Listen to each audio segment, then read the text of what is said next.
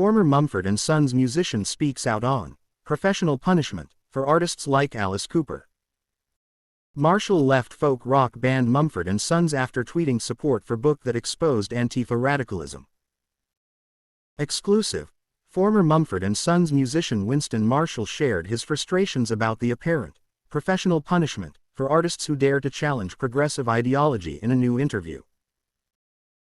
Marshall made headlines in 2021 after he left the folk rock band Mumford & Sons following the uproar after he tweeted his support for a book by conservative author Andy Go that explored the left-wing radicalism of Antifa, Unmasked, Inside Antifa's Radical Plan to Destroy Democracy.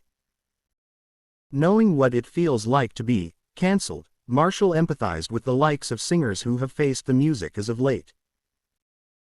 Oliver Anthony, a country artist from Farmville, Virginia, released a single called "Rich Men North of Richmond" that resonated with struggling, everyday Americans. But he was demonized in some corners by liberal media for having put out a so-called right-wing anthem.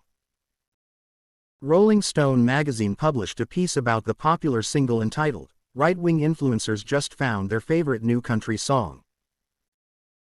The piece noted that the lyrics may appeal to right-wing influencers, in part because Anthony rails against high taxes and the value of the dollar, but also wades into some Reagan-era talking points about welfare.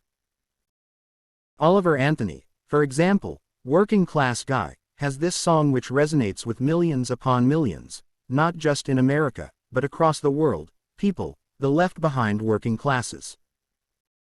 And they just can't even process it, Marshall said of the media in an interview with Fox News Digital.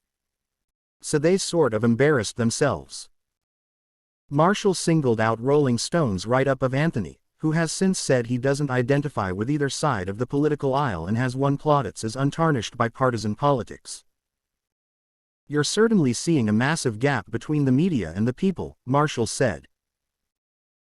"And I wrote about this, particularly the response by Rolling Stone magazine. If you could see that they attempted a takedown of Oliver Anthony, they're the magazine that used to be the voice of counterculture. Now they don't know counterculture when it slaps them in the face."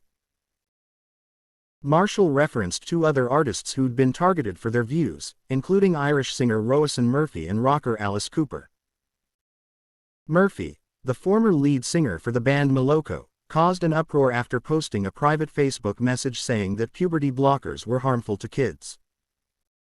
Murphy later apologized for her Facebook message, particularly to her LGBTQ fanbase, saying she realized her comments have been directly hurtful to many of you. Cooper, meanwhile, lost a cosmetics deal after referring to transgenderism as a fad.